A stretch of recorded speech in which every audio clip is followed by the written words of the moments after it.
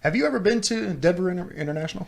I wouldn't be surprised if I've passed through it before. I've gone on so many trips and stuff that I'm sure I've probably landed there one or two times, Yeah. but I don't remember. Yeah, back in 2012, my mother was kind of on her deathbed, so I was heading out to California from Minnesota a lot. And so I've been through Denver several times. And I actually like the airport because it actually has a smoking area in a lounge. Yeah, I mean, you don't have to go outside and through security and all that crap just to have a cigarette. And, I'm sorry, but I'm coming from Minnesota. I'm flying into Denver. I want a cigarette. So I thought that was kind of nice, to have a little lounge there. Always a smoker still drinking a cigarette. Yeah, anyway, there's a big conspiracy out there, folks, about Denver International Airport, and they think it has it's basically a huge link to the New World Order. So yeah, and like Ralph, I've known about this for quite a while, and I always thought it was kind of an interesting topic, and I'm surprised we've never touched upon it. Because no, it's one of those that comes in and out too of the spotlight, it seems. Yeah. But anyway, that's what we're going to do today. We're going to be talking about Denver International Airport and its links to the Illuminati. Coming up on Black Lotus.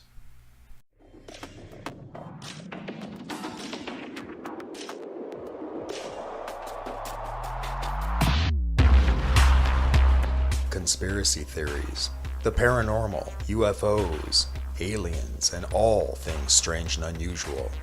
This is Black Lotus. So, DIA opened up in February 28th, 1995. Right. The interesting thing about that is that it was delayed, actually, by just a little. 16 months. Yeah. Can you imagine the fines they probably got every delay? When you're a contractor for something like that? Well, they're saying that it was because the new whole baggage system that they were building kept fucking up. So. Oh, really? I didn't hear about that. Oh, yeah. They had this, first of all, this airport is twice the size of Manhattan. Right. Okay. Yeah. What did I find? 53 square miles this covers. Twice the size of Manhattan is just a little bit big. So, but they had a very automated luggage system underneath in the tunnels. Mm-hmm. And supposedly it failed spectacularly. Oh, really? And they never got it fixed properly either. Oh. But that's supposedly why the delay was. That was their excuse. Well, I think it's interesting that they even built this thing in the first place. The very fact that it was built in the first place is a little suspect, because there was a perfectly functional airport not 6 miles away from this place. Right. So, really, you got to ask yourself, all right, what's the real reason this thing was built anyway? I mean, granted, that other airport was a little older, but it certainly accommodated all the air traffic. And it was perfectly functional. So that seems a little weird in the first place. They wanted bigger and better. Yeah. So, and then the initial budget for this thing was like $2.2 billion. And because it went, because it was the opening was delayed and all that, it ended up costing something like $4.8 billion. I thought I read. I think it's just a little over budget. But here's the weird thing about this is that nobody knows really who funded this thing. It's totally anonymous. Well, not only that, where does all this, if nobody even knows where this money is coming from, how does this person just hand over another $2.5 million? Yeah, right. Basically. Yeah, that sounds like it's their pocket change. Well, right. I mean, this is no slim amount of pickings here. I mean, that's a lot of money for somebody who wanted to remain anonymous to just fork over. It has to be to their benefit in one way or another. Yeah. I mean, why else would you put $2.5 million in, as over an budget investment, into it? As an investment, I would have imagined. However, I think it's weird because you have to. If this is a money-making operation, you have to claim it, and so how do they get away with not disclosing who these people are or this commission? They would have to do it through a fictional organization. Yeah, yeah. And you have to make announcements in papers, which nobody reads and stuff. There might be a paper trail somewhere if someone wants to follow it long enough. Yeah, yeah, yeah. And actually, we'll get to that fictional commission. I know anytime you do any type of business, you have to do a fictional title anyway. That you have to announce in the paper and stuff to get your licenses and stuff. So I don't think it would be that hard. Yeah, probably. Well, maybe not. And you think about the Georgia Guidestones. I mean, that would be easy to remain anonymous, because the builder of that, or the guy who commissioned them to be built, remained anonymous. But he wasn't making any money off of it. Yeah, this is a little bigger. Different. Yeah, it's bigger, and it's not a matter of being a moneymaker. Right. But anyway, so before construction even took place, conspiracy theories were running rampant, and the reason for that is because apparently there's the world's largest network of underground tunnels there.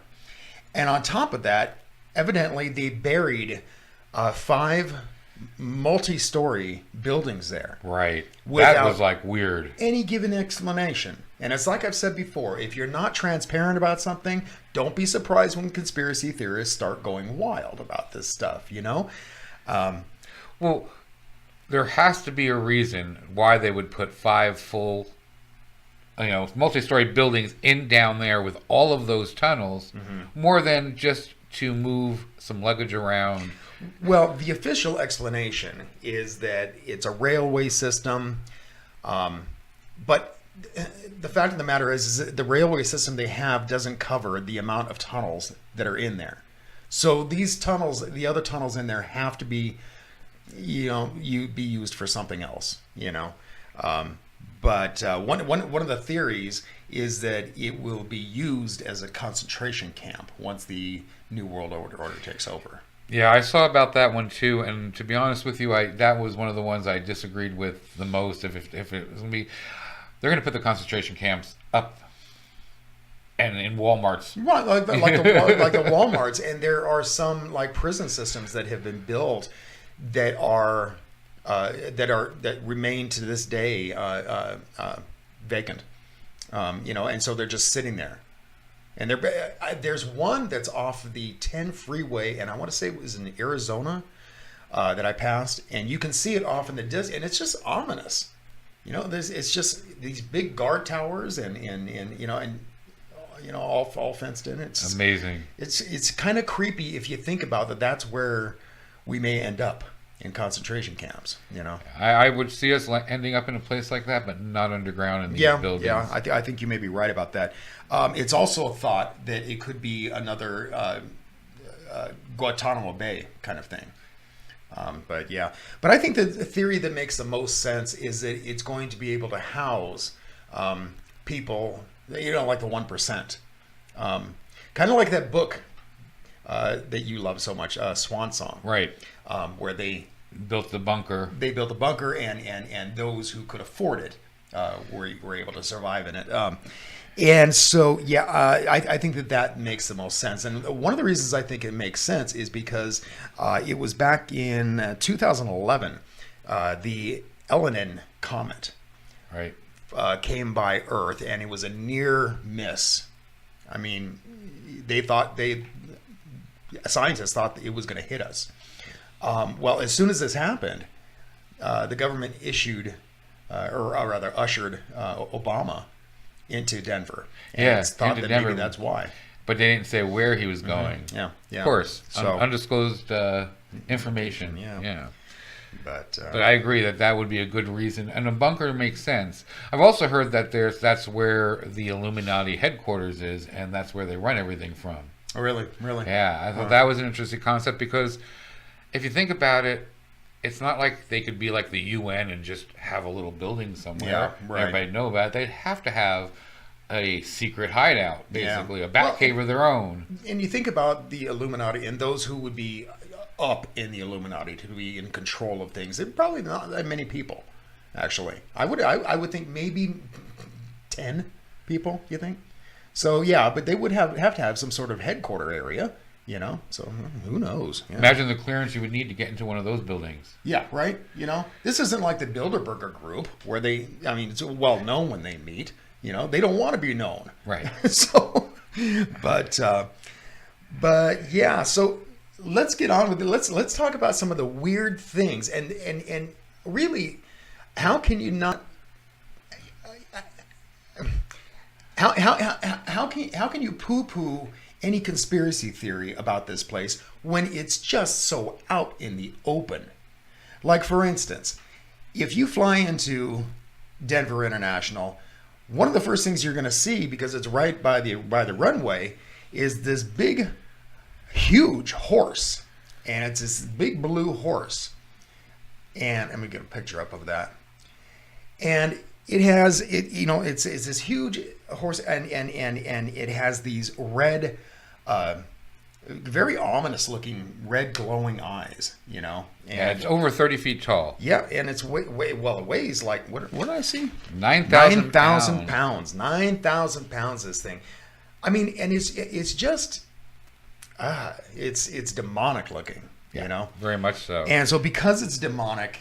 The actual name of the statue is just Mustang statue, but it's been affectionately called Blucifer. But I think that fits better than just Mustang statue, because if Lucifer rode a horse, it would be this one. It is. It's just crazy the way it looks. Supposedly also it's cursed. Yeah. And the reason they think it's cursed is because the guy who created the thing, his name was Louis Jimenez, and he was commissioned in 1993 to create the thing, but during the creation, the statue's head fell on him. This thing weighs 9,000 pounds. I'm surprised he survived. He didn't survive. That killed him. Well, eventually. Well, it ended up severing a artery in his leg. Or did it? Yeah. So that's why they think it's cursed. And it's also thought that it's believed that to represent the fourth of the four horsemen, and that fourth horseman is death. So, but yeah, a really creepy looking thing. Very much so. But would you talk about the dedication stone? Okay, the dedication stone was placed, of course, in 1994, and that was on the 19th. Now, if you add 19994 together, that becomes 33, which is the highest level of the Freemasons. And the reason it's relevant is because, as you can see in this picture, there's a giant Freemason symbol right in the middle of it. Why? Yeah. Why? Well, yeah, who knows? I mean, a lot of cornerstones at buildings, will have the Freemason symbol, because the Freemasons would have a part in building it back when they used to build buildings. It's an architectural thing, but from what I understand, they had no hand in this, or so they say. Exactly. So, and we don't know. Again, what we were talking about, nobody knows who actually had a hand in it, because it's listed as the New World Airport Commission as the owner. There is no such thing. Right. And so, and it's has people's names and what they represented, like Martin Harrietta or something like that, and he was in charge of aeronautics. Somebody else was in charge of the architecture, and somebody else was in charge of metals. Right. But who are these people? They're just names, and there's no records of anything around. Yeah. Weird, man. That's what's. Usually you have all your permits and all this other stuff, all public records and everything else. There's a lot of stuff that you just can't see about this place. Which without the clarity makes the suspicion and conspiracy theory nuts get their tinfoil hats big time. Sure. And the other thing is that that time capsule that's supposed to be underneath it. Right, opening it in 2094, 100 years after it's put in there. Yeah. I would love to know what's in that time capsule. We'll never see it. Yeah, it says it contains messages and memorabilia to the people of Colorado, but nobody knows what these messages are or what really lies beneath. And what memorabilia would you put in there? Well, like any time capsule, I would imagine it would be just Pokemon cards. Yeah, things of the time. But you think in a thing that is this important, it wouldn't be something dumb, right? So yeah, It's almost like it's a confession. huh? I bet it's a confession. Yeah. We'll finally find out who shot JFK. Maybe that's what it is. So, well- and then one of the weirder things, and when I've been through Denver Airport, I haven't seen this because I've never been in this particular terminal, but it's in the what's it called? The Jeppesen terminal, and it's on the 5th level, and it's a series of like 4 murals, and basically depicting the end of the world And the rebirth. Yeah. So let me show you the first one here. Now this one, this is probably one of the most ominous ones here because it depicts this soldier who is stabbing a dove, and he's carrying what looks like to be some sort of automatic weapon. And then in this trail, it's got this kind of smoky looking thing, and and people just horribly affected. Death and death, horrible. destruction. And look at the city. The city is torn. Torn It definitely looks like it's war damaged. Yeah. But just by the way, I saw that these murals were just recently removed, and without explanation. And then people started demanding explanation. Oh, well, they're being put in safe storage while they renovate the terminal. Interesting. Yes, Yeah. I knew about the renovation, which we can bring up later, but I didn't know that it had been removed for that. Yeah, I hadn't yeah. seen that. That's interesting. Yeah. Well, to me, why would you want a picture like this in an airport anyway? That's exactly Death and right. destruction is not a place where you want to be looking at and thinking about as you're about to be taken off into the sky on one of these flying machines. That's exactly right, man. I don't get that. I mean, I don't know about you guys, but I have a little bit of fear of flying as it is. I feel like, if the engine ends up stalling up there, I'm crashing to the ground. It's not like in a car, if the engine stalls, you just roll a little to the side of the road. Yeah, right. But yeah, I think that this one is probably the most ominous looking one. But then we've got the second mural. Kind of depicts, one of the theories here is that it would be as a result of a bioweapon. And so you've got this picture here where they're saving certain species. It looks like in glass containers, but it has a lot of dead animals around it too. So it shows that dead animals and 3 coffins right there in the foreground of people being buried. Right. So I think it depicts that because of this, and you can even see up in the upper left hand corner. All the smoke and the fire and destruction. So could that be a result of a nuclear bomb, or could it possibly be the smoke from this some deadly compound that is airborne? And, Biologically killing things. Yeah. So, and then let's go to this one here, the third one. And this one shows that they've finally overcome everything. And if you look down at the bottom, the original soldier that was there is now dead. Right. And pretty badly dead too. Who looks like he's pretty messed up. Yeah. And it kind of shows people getting everything back in order. Starting to anyway. And that leads to the final one. And this. What people are saying about that, because this shows unity, with the world and kind of a rebirth of everything, and the reason that this one is important is because that's the theory that that is the purpose of the New World Order, to destroy everything and then rebirth it, as one big place instead of all divided. Yeah. If you notice, there's every ethnic group pictured just about in this painting, and it has all the seasons, it has all the rebirth of the animals, all the rebirth of the flowers, so it's just a whole new beginning. Yeah. And then here's something else here, because there's no explanation behind this. There is a plaque that sits right in front of the first one, and it depicts a cart with the letters AUAG on it, which, you know, on the elemental table, that's gold and silver. You know, I mean, but they think that possibly this could be a compound element that could cause all this to happen. And it's called, what is it called? The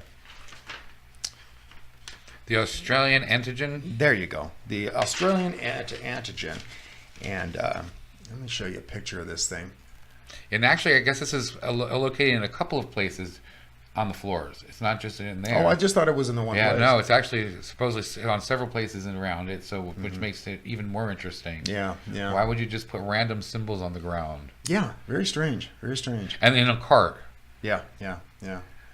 So, yeah, I don't know, man. Well, supposedly the Australian antigen is a lethal strain of hepatitis. Right, right. So it could be used for a biological warfare, which goes along with the pictures. Mm-hmm, mm-hmm. But I looked this up, and I was at Wikipedia looking at this, and it actually has a different compound name. You know, I mean, it was kind of like H3AUG or something like that. Interesting. Yeah, so I'm not sure how they come up with this theory, but apparently some scientists figured it out, I guess. But yeah, I don't know. We just tell you what they're saying. You know, you can only look up so much, and they don't really have an explanation for a lot of this stuff. Yeah, and that's the problem. I kind of wonder if they want it to be a mystery for people. You know, I mean, because like what Ralph was saying, I mean, this is just stuff that you don't see at typical airports. Well, another one that I thought was really kind of cool, actually, is on top of a lot of pillars all over the airport, there's gargoyles coming out of suitcases. Yeah, and they're cute. I didn't get a picture of one of those. I should have, but they're cute. Look them up. Then it's like, I want one of those. Yeah. But again, why? Why? And they're big too. They're very tall. You know. But yeah, weird. But and there's other strange artwork throughout it also that, you know, nobody quite knows where it got there. But those pictures probably stand out the most. Yeah. But anyway, what else do you have on this?